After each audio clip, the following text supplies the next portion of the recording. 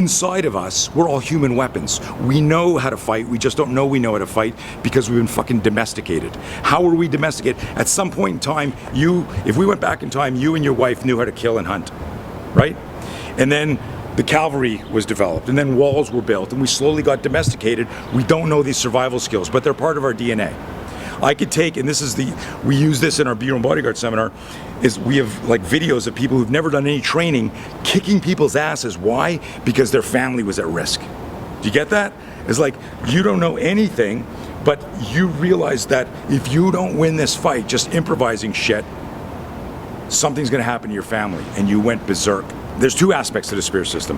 One is understanding the acronym, Spontaneous Protection Enabling Accelerated Response. It's understanding that our body at a physiological level recoils from danger. So if somebody moves towards me quickly, my body will recoil back. So at a cellular level, we move away from danger, we move away from heat, from pain, and so on and so forth. What we've done is we've figured out a way to weaponize the flinch. What your body does at a physiological level is it tries to, and this is the neuroanatomy language, it disengages from noxious stimuli using the cross-extensor chain. What that looks like is micro-flinch to protect my head, and then if there's time and space between me and the threat, is push away danger. This motion here doesn't stop the threat. This motion here can stymie the forward pressure of the threat, but it hasn't been weaponized yet because you're still catching up to the problem. So that's the physiological expression. What we realize at the tactical level is that every time you flinch, your hands come up.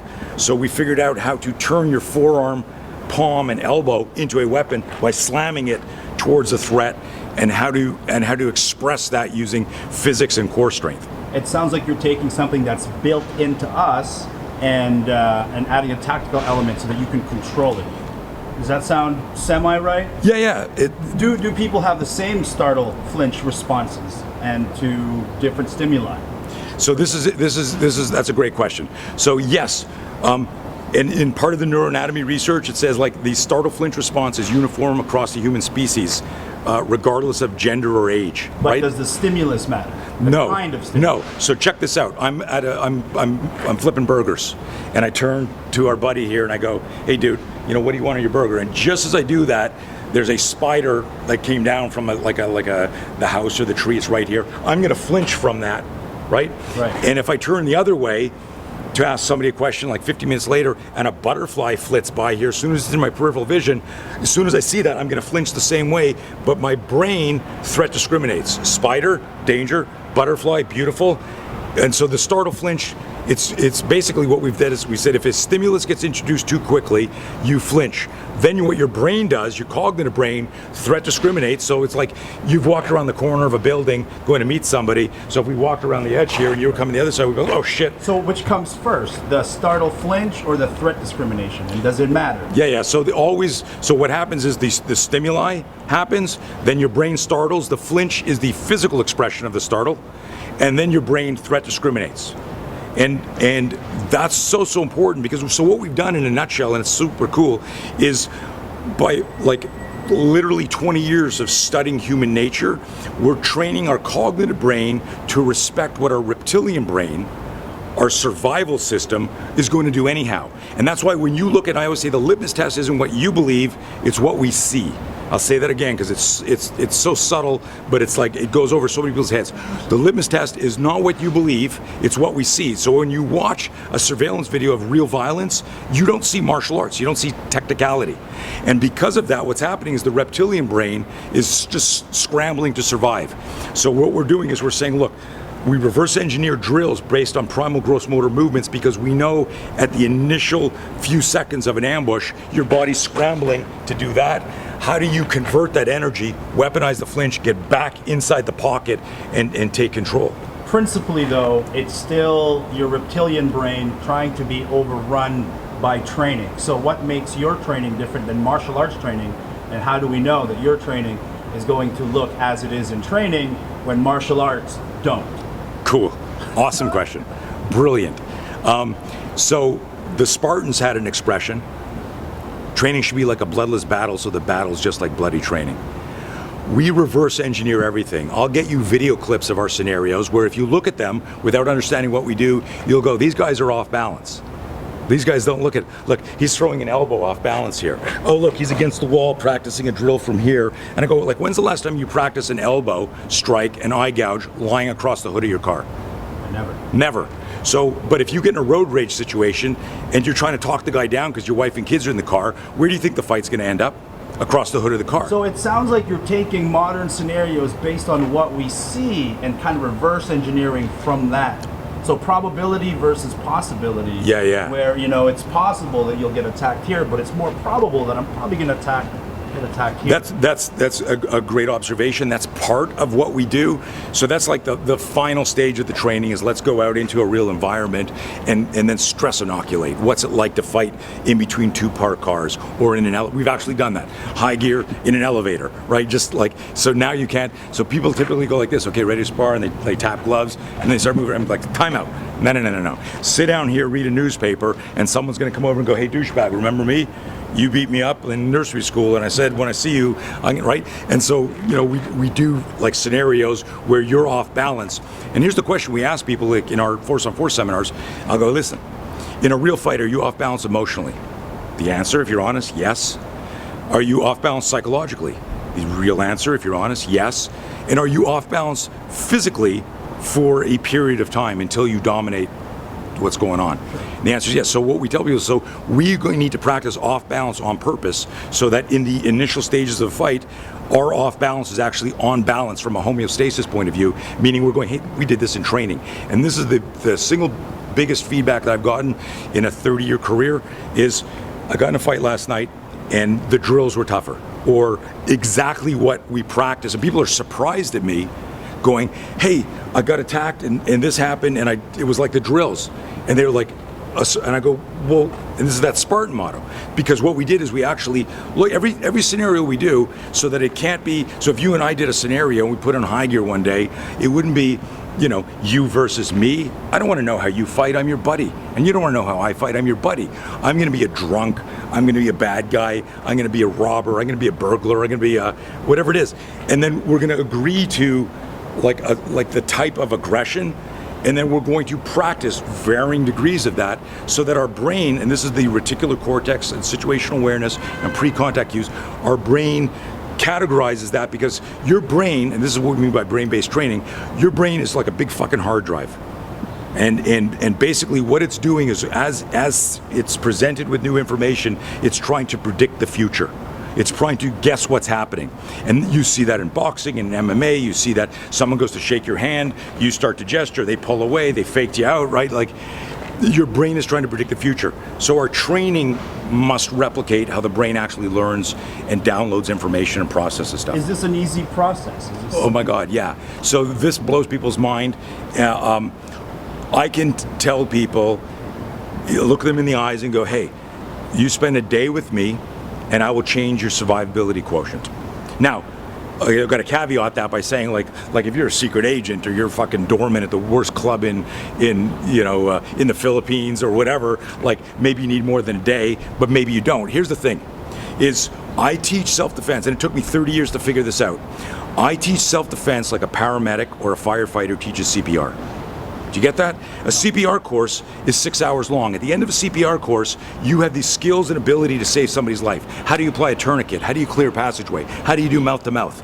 You have the skills to actually literally save somebody's life. But guess what? You're not a fucking doctor, right? And so you can take like what we call our Be Your Own Bodyguard seminar in one day, and we teach you D1, D2, D3. We teach you the reality of situational awareness. We teach you about the fear spike and fear management and what you need to think about to control your breathing and control your focus. We change people's definitions of self-defense. Self-defense isn't fighting. Fighting is broken down into two factors. One is douchebag fights, or one is amateur and professional combat sports. There we can use the word fighting, but the actual violent encounter in the street, we totally changed the definition. If you Google the definition for self-defense, guess what it says? Everywhere it says something to the effect of the physical act of protecting yourself or your property. It starts at D3. You get that, bro? Like, even the definition, like the worldwide definition, is incorrect. It leaves out situational awareness. It leaves out the verbal defuse. So we wrote a new definition for the world, and I'm glad to share it here, first time live, is when danger is imminent, choose safety. When danger is imminent, choose safety. Because choosing safety gives you permission to run or barricade, but it also gives you permission to charge the threat and terminate the danger. You need to figure it out. That's moral, ethical, and legal in terms of like our responsibility as coaches, as trainers, right? If this is something that you can learn in a day, Yep. what makes me want to keep learning from you? I'm not trying to sell you a lifelong membership and all of that. Listen, I love martial arts. I've been a martial artist my entire life, right? And so I created these, what we call categories. Category 1, every martial art. Category 2, every combat sport. Category 3, all reality-based self-defense systems. Category 4, violent encounters. And so in Category 1, all martial arts, we look at how all martial artists and systems fight. So if I say, like Taekwondo, they practice against other Taekwondo practitioners, right? Boxers box other boxers, right? Krav Maga guys practice versus Krav Maga guys. Here, this is kind of deep, so stay with me, everybody. Category 4 are violent encounters. There's what I refer to as the unconscious bias. The violent encounter I look at is how does a bad guy, so Category 1 is how does a Taekwondo guy attack and defend? How does a boxer or MMA specialist attack and defend?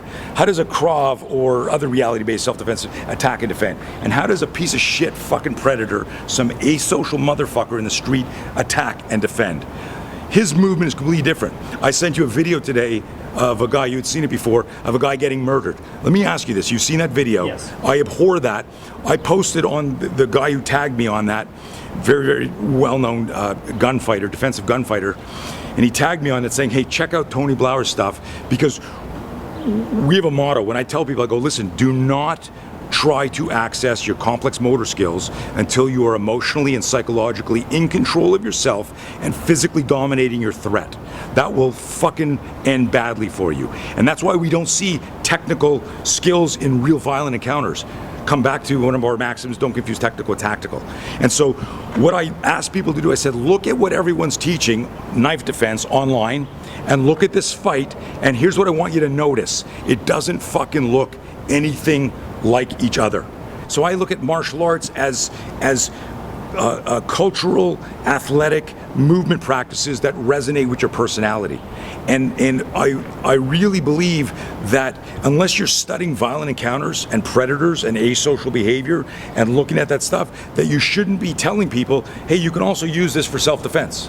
And there's lots of evidence of trained people who made the mistake with the categories and got their ass kicked or even dead. And there's a couple of very famous examples of high-level world champion guys dead because they just thought that they could step into the fight because like they're a Thai boxer or they're a jiu-jitsu player. So then what do you have to offer to a combat sports practitioner where there's a mutual consent in this engagement? And there may not be a startle flinch because they're expecting it. Yeah, so I would say that we've got hundreds of affiliates around the world, and these are experienced martial artists. Some are cops, some are military. They're people with a ton of experience who realize, holy shit, brain-based, D1, D2, emotional climate drills, physiology, legal, moral, ethical. They go, their conscientious instructors go, I got to bring this content to my students. So for example, when the Gracies blew our minds with the UFC, right? So do you grapple? No, not really, but yes. But yeah, so I'm not saying do you study jiu-jitsu, but you've messed around with grappling because you recognize that would be a major flaw if you didn't understand what goes on a little bit on the ground. So I'm not saying you got to get your black belt. Right. The hardest person to take to the ground is the guy that's not afraid of the ground. So I always tell people, if you're afraid of the ground, you need to study some jiu-jitsu, a little bit of wrestling, and understand what goes on there. Because, you know, people like to say 100% of all fights end up on the ground, right? Or 95% of all fights end up on the ground. I go, well, 100% of those, that 95 start on your feet. But if we had better situational awareness where we could walk our way or talk our way out of the situation and intercept the threat, because now what I have is a moral and ethical and legal metaphoric like line in the sand.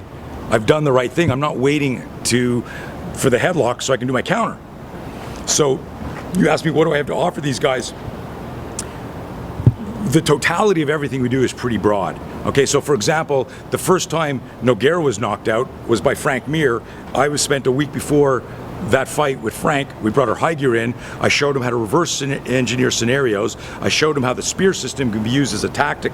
So Frank is a southpaw. He's a southpaw. We got his sparring partner with a high gear helmet coming on, shooting in, but doing the same fake that Nogueira would do to set up. And so what it was doing is Frank's brain was absorbing, right? His reticular cortex was being activated. And let me explain the RAS, reticular activating system, a little bit more. The day you decided to buy a new car and you went, this is the car we're getting, this is my budget, you started noticing those cars all over the city. They were there yesterday, but you didn't notice them because your reticular cortex hadn't been activated. Do you guys see how, do you see how this ties into self-defense? If you start everything from the headlock, you're not activating your reticular cortex by training your brain to look at these pre-contact cues. So what I did is I used the same application with Frank before this fight. I said, this is what we watched film. I said to his sparring partner, you're Nogueira. I don't want you to spar as you. We don't need, this isn't aerobic capacity. This is he's fighting a professional fight. This is how the guy moves. So I made him replicate, and that's what we do in the street. We study people and we go, you replicate that guy. I don't want him fighting you. You're not gonna mug me, you're a good guy. Piece of shit's gonna mug me. This is what it looks like. And then what we showed was in that takedown, Frank got what's called ahead of the curve. So action's faster than reaction. Sudden movement, so if I'm here like this and I'm trying to set up like a takedown and I fake high and I shoot under, that movement, that I'm hoping that fake gets your hands up and I can shoot in, and Nogueira would double leg and he's a great grappler, right? So what we did is we trained Frank how to, if he had a micro flinch, how to step forward and fire that spear. So Nogueira runs into the spear, and what we did was on the movement is when the half spear slams in here, boom, a quick little uppercut under here. And so if you visualize, this shot comes in, micro flinch, drop down, the half spear jams, hits the brachial, heads over here, wham, quick little uppercut there, you don't even see it. And the timing is like this, and one, it's fucking gorgeous. He stunned him, and that set up the knockout. So in context then, there must have been moments where Mir's startle flinch response kicked in when Nogueira was actually just faking. Of course. Therefore, if Nogueira had identified that in time, the opposite could have happened, no? Well, here's the thing is, like, the fake and feint in boxing and MMA, I mean, that's been around forever. So I didn't invent physiology. We're moving around here like this, and I go pop, and I'm firing some shots at you. The first couple times you might go, whoa, that's a startle flinch. Right. That's a startle flinch. But what people do is you might flinch and then parry down. You might flinch and shift and shift. You start to move out of that. So you get acclimated to that because that's the dance. Again, my niche is, again, 57 years old right now, at the time of this filming. 37 years ago, I went, I want to make the world safer. The MMA community, the law enforcement, the military, and all of that stuff, these were people that discovered our research, and then what I did is I adapted principles and concepts for them.